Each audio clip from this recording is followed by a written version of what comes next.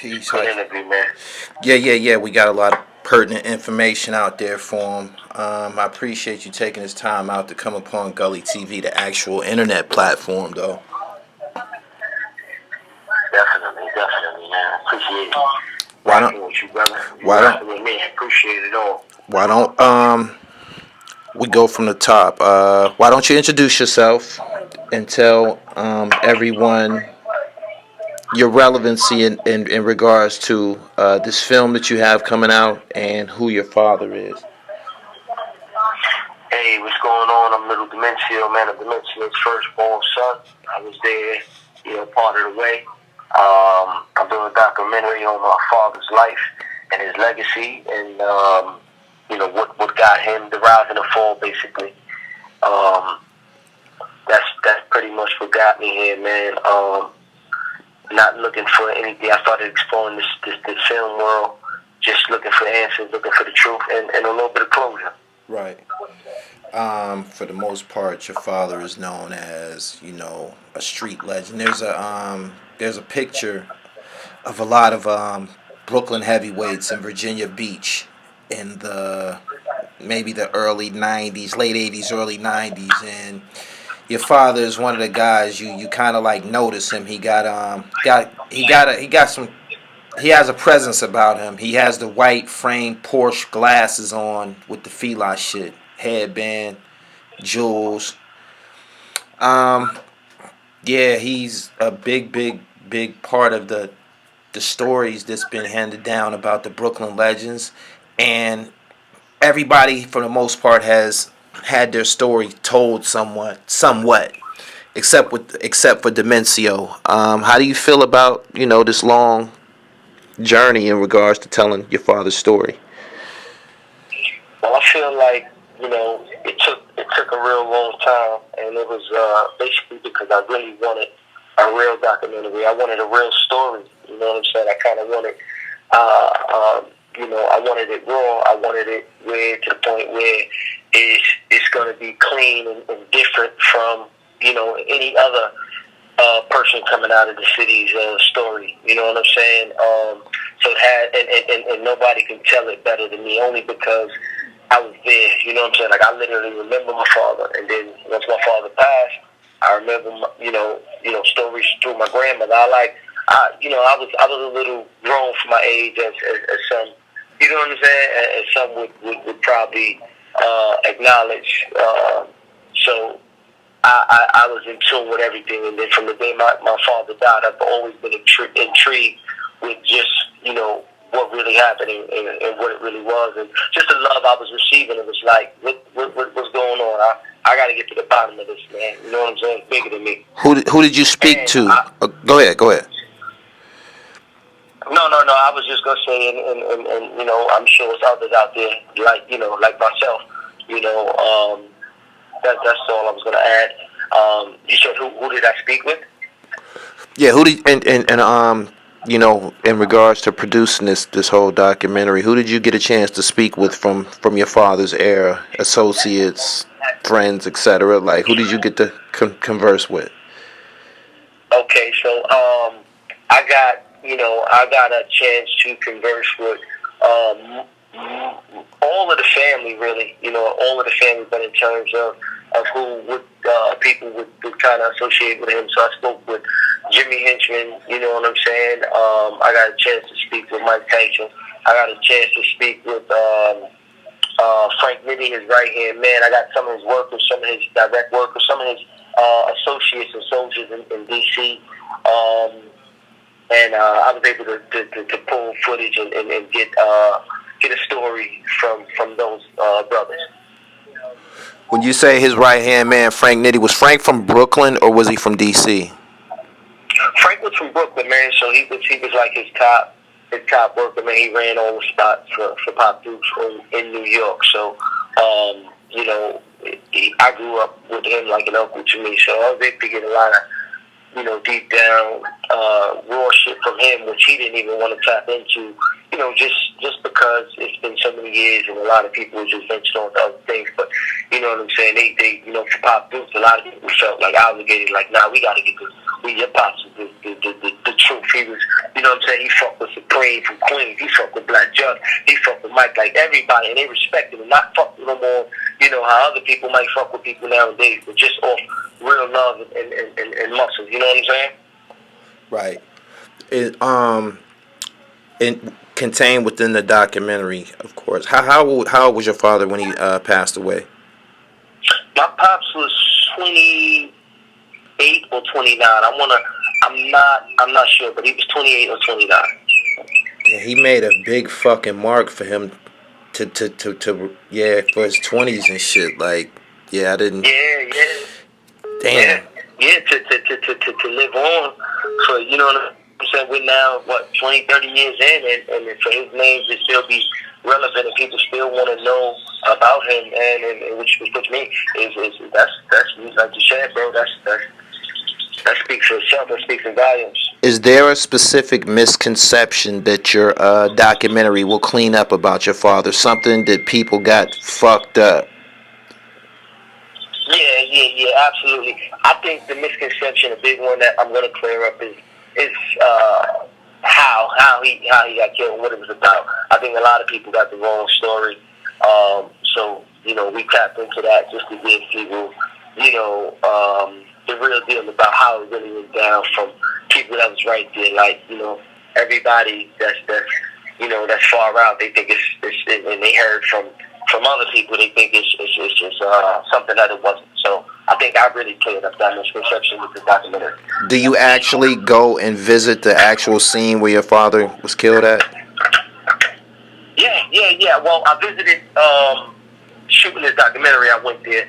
I have a little brother, you know, in D.C. and a little sister in D.C. So, you know, I travel frequent there, but I was always, you know, like cold about going there, you know, as far as going to Kennedy Park or even just going into D.C. I always had that, you know, that chip on my shoulder, like, oh, it's D.C. dudes, you know what I'm saying, and this, that, and the third, had a stigma about them, but, you know, digging deep in this documentary and speaking with family had nothing to really do with real D.C. dudes. And when I go, you know, I'm tapped into a couple of D.C. dudes just through this shit, and they like, yo, bro, we love you. Your pops had nothing but love and respect here, so, you know what I'm saying? So that's that whole deal right there. Do you care to share how your father got his nickname? I heard him referred to as Domencio Montana Benson, and then I found out that, you know, he used to hustle around the Montana Terrace in D.C. Like, how did he come up with the name? Do you know? Is there an explanation behind it? Yeah. So from what I know, man, and it was basically Montana Projects, man. He kind of had his, you know, had his foot down over there, and he was getting a lot of ends over there. So that was one lane. But also, when my pops was at his rise, man, that Scarface movie had dropped, and when that shit dropped, it kind of like it made an impact on cats like my pops.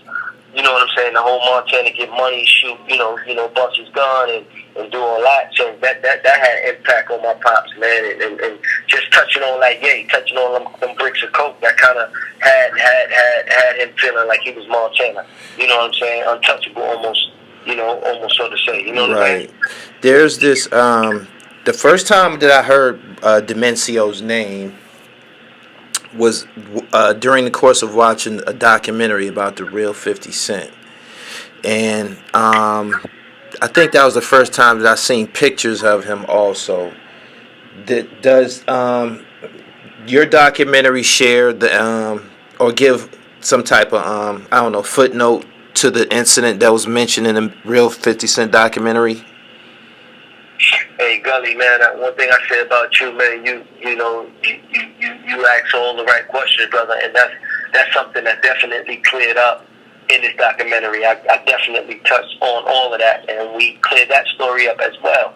You know what I'm saying?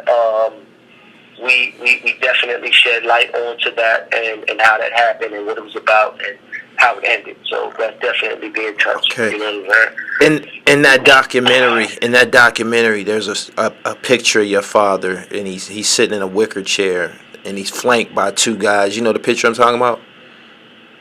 Absolutely, yeah, absolutely. when I first seen that picture, I said, man, who the fuck is these niggas? These niggas, who the fuck is these niggas? These niggas was loose in Brooklyn. Like, what the fuck was these niggas doing in the streets? Who was them niggas flanking your daddy, mother? Was them niggas from America? Them niggas looked like Shabba Ranks and the Shower Posse and a bunch of other shit. Yeah, I mean that picture right there is dope, man. I know one of the brothers in the picture. You know what I'm saying? He's still around. He changed his life, man. He's just on a different path, but you know he's still doing it big or whatever the case is. But that just go to show you, man, like how many motherfuckers, man, really taking pictures like that, man, with motherfuckers like that. Was he American? Was that guy American? Was them niggas American? Yeah. One of them, the other dude, I'm not sure. One of them is, man. You know what I'm saying? Yeah, one of them is. Man, that picture, man. Right there. I kept pulling that shit back, like, man, look at this shit, man. Like, yeah. Shout out to the brother Inch, man. Yeah. All right. Where was that picture taken at? Like, where the fuck do niggas pull out assault rifles and start taking pictures and shit at? I'm not sure, man. I'm not sure where that picture was taken, man. That shit was crazy. That was the thing. It seems like in that era, it's just like, yo, pull out the biggest guns and take pictures and just let motherfuckers know. You know what I'm saying? That I'm not even sure where that shit was taken at, man. The brother that you said who was in the picture, he moved on and he changed his life. He probably a different person. Correct. He probably a different person now. But we know what your ass. We know what your ass is about in the '80s, nigga. Gully, that took me like a year to get through right there, man. It was like, you know, people that love my pop, that I got relationships with, was just like, yo, you know what I'm saying? I'm lucky that, you know what I'm saying? You know, they emmed up, but they like it just 360, bro. You know what I'm saying? To the point where it's like they didn't want to tap into that shit, and you know, some of them came out the closet for me, man. You know what I'm saying? I will say, you know, a lot of them did just off the love, but that I needed them to just to tap into showing other motherfuckers or young brothers that you can't change your life, or if you get out of that, just different aspects of the game. You know what I'm saying? Like you can make it. You know what I'm saying? Right. Oh yeah, that's great. It's become a consistent ending, so to speak, that a lot of the guys that I profile, they was just buck wild in they late teens, early 20s, man. It was almost like a stage and shit. Like a lot of them, they not with that shit at all. Like they totally different. It seemed like to be. It might have been like a 8-year adolescent stage and shit. You know, you trying to find your identity. You trying to establish your identity and shit like that. And some people lost their life in the process. Some people went to the penitentiary for a long time. But you know, yeah, that's essentially the story that I get. Definitely. Did you, during the course of this, did anybody approach as far as being a partner or a financier? Because this is a big fucking story and shit. I know if I had some millions, I would have jumped in this shit. Yeah. So I mean, I've had different people like, you know, shoot different little shit out there. Yeah. I don't think they know or knew what I was gonna really present. You know what I'm saying? Like I think they kind of shot certain little shit out there. Like, oh yeah, I got, you know, I'm gonna do this or I can do, but they have no idea. You know what I'm saying? What this shit is really, really fly, man. I mean, quality wise, it's really like cinematic, and I think this shit is gonna open up the doors. And people, you know what I'm saying, for other projects. Just, you know what I'm saying, like anybody that would want to be a financer or whatever the case is, right, they will want to jump on board, because we're going to bring more projects like this to the light, and like this, you know what I'm saying, like clean, like this, and making sense and storytelling and really just touching on everything. You know what I'm saying? Yeah. What part of Brooklyn was your father from? My father was born in Crown Heights, Brooklyn. He was born in Crown Heights, so Crown Heights is like, you know, like borderline Bed-Stuy. It is Bed-Stuy, but it's, you know, a street over, that sort of sense. So he was born in Crown Heights, and you know, my grandmother my great grandmother, which was his grandmother, lived in Albany Projects, which is in Bed-Stuy. So, you know, he would often hang out in Albany Projects, which is Bed-Stuy. So Crown Heights, Bed-Stuy. All right. Brooklyn, New York. When we spoke earlier, you mentioned briefly that your father had some association with Rayful Edmond. Without giving up the storyline that's contained within your documentary, could you give us just a little insight on how you came across, how you became knowledgeable of that, of them having a relationship? Yeah, so shooting this, man, a brother that was locked up for a long time was actually deported. He was like, look, D, I see, initially I didn't want you to do this. I see that you're full-fledged involved. You got it, you know what I'm saying? He said, look, I'm gonna just give you this. So, he basically broke down, like, how my pops really started touching, real money. I mean, they were all getting money. They had spots and this, that, and the third, but he basically told me, like, look, I was the reason. I was the connect through. I'm the one who aligned that situation, and Rayful didn't trust New York dudes, and he trusted me, and your pops was a brother to me, so it was all love from there. Oh, wow. That's the juicy shit. That's the good stuff. That's the shit. That's the shit that we want to hear. We want to hear that good. First with it, brother. Yeah, first with it, man. That good shit. Yeah, get that good shit up. A release date, prospective release date. I would say two weeks, man.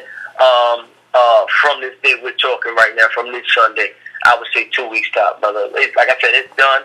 We just really want to figure out what, we want to tap into what's happening now in the world, and figure out how we're going to release this for everybody to see nationwide, and just to get the best exposure possible. But the gritty work is done, brother. The gritty work is done, so I'd say 2 weeks, man. Is the title The Ghost of Domencio, or was that just your Instagram handle? Yeah, that's just my Instagram handle, man. Like, the title is the Domencio Montana story. Pretty short and sweet. Brooklyn story on a Brooklyn legend. The Ghost _of _Mencio is my handle, where anyone can get updates on the release and anything else we got going on. When had I came up with more pictures, I would have been tried my Domencio hand already. I couldn't come up with enough media to put me nothing together, man. I was searching and digging. I kept coming up with the same five pictures: the Mike Tyson joint, the Fila joint, the one with him with a female, the Miami, the Virginia Beach joint. I needed a little bit more, but. Yeah, you got it, man. You deserve everything that's coming, man. We kept everything tight. Yeah, and you're gonna be, based on my energy with you. You know what I mean? I'm gonna hit you with a couple Gully TV exclusives for sure. You know what I'm saying? But I kept everything mostly private. Even some of the other joints that was out there, they all came through. Most of them came through my family, and I kind of want to keep everything else for the story. But I'm gonna definitely hit you with some Gully TV exclusives, brother. Okay, man. I appreciate your time, man. I don't have anything further. Just wanted to touch on the whole topic. How about after you release it, we come back and rap about it again? Because, then I'll have an opinion on the project. I'll be able to shoot you some real questions then. Great. I'm all for it, man. That's dope. I appreciate that, man. I appreciate you having me on your platform. I appreciate you doing what you're doing for the culture. I like how you really tap into shit and just you're knowledgeable of the history. You've come from it, man. You know what I'm saying? I like your transition. So just salute to you, man. And any way I can support you, you know what I mean? I'm here. You know what I'm saying? No doubt, man. I appreciate you, man. You can go ahead and sign out. I got one more thing to say. Them was some greasy looking niggas with the machine guns in that picture with your dad. They was crazy, man. They was crazy. They definitely crazy. Them niggas wasn't playing no games. That'll show you, man, why a motherfucker would try to, you know what I'm saying? That'll show you, man. Pop Duke's walking the spot with them two motherfuckers. You know what I'm saying? You gonna make way. No doubt. I'll be in touch, Domencio, man. I appreciate you, my nigga. All right, man. All right. Love, appreciate you, brother. Gully TV, the dribble guard. Yep, my man. One.